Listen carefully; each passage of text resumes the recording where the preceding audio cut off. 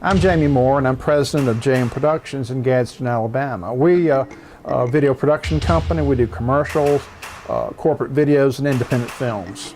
I've been in business for close to 30 years. I've met the great, the near great, and the in great.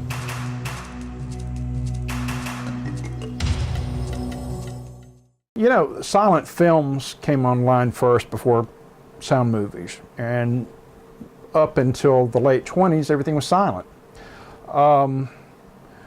Jack Warner and his brothers at Warner Brothers came up with a unique idea to make sound movies, and they produced a movie called The Jazz Singer, which revolutionized the entire movie industry. After that film came out, silent films were dead. All the major studios, Warner Brothers, Paramount, 20th Century Fox, all the others, they converted to sound at that time. Sound movies required that these humongous movie cameras that they used to shoot silent films would have to shout sound. The only problem with those types of cameras was they're extremely loud. So they would encase them in a soundproof box, and that would stop the sound of the motion picture camera running, the grinding sound that it would have. They had a sound technician that would come in and record the sound independently. But they tried at first to shoot films with natural sound.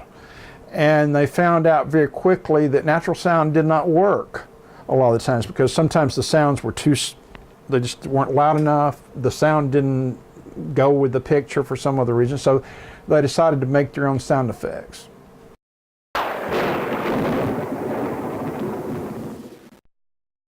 In the early days of sound films, back the late 20s, early 30s, they actually used live ammunition. And that could be a bit dangerous before the blanks came on board in films. When they shot a scene like a machine gun, there was a film called Public Enemy with James Cagney. It's my understanding that they used live ammunition. And the reason being is they had glass and other things that would splatter all over the place. But when a bullet hit it, well, they didn't have squibs back then.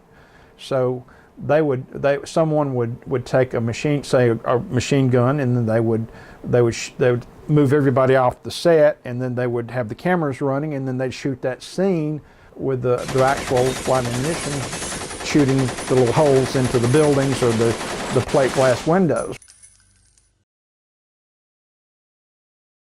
Each studio compiled their own sound effects library, thousands and thousands of different sounds, you know, from screams to thunderstorms to cannons going off, just, you know, unique sounds, and they would use those same sound effects over and over again, instead of having to create that sound effect for each individual project or film that they were putting together. So they had a, you know, mountainous amount of sound effects they would use in their films, and they used them, and they still use them today.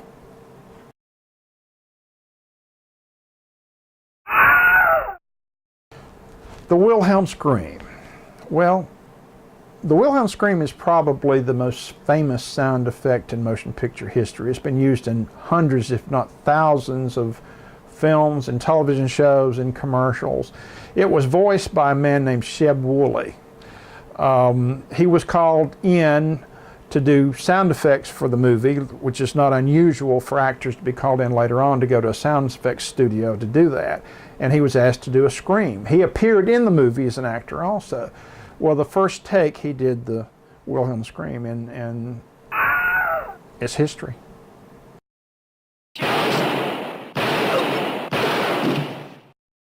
Sound effects are timeless.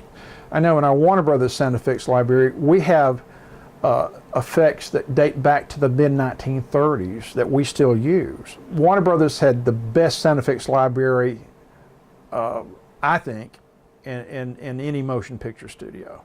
But we've used a lot of their sound effects over the years, especially guns, body falls, that type of thing.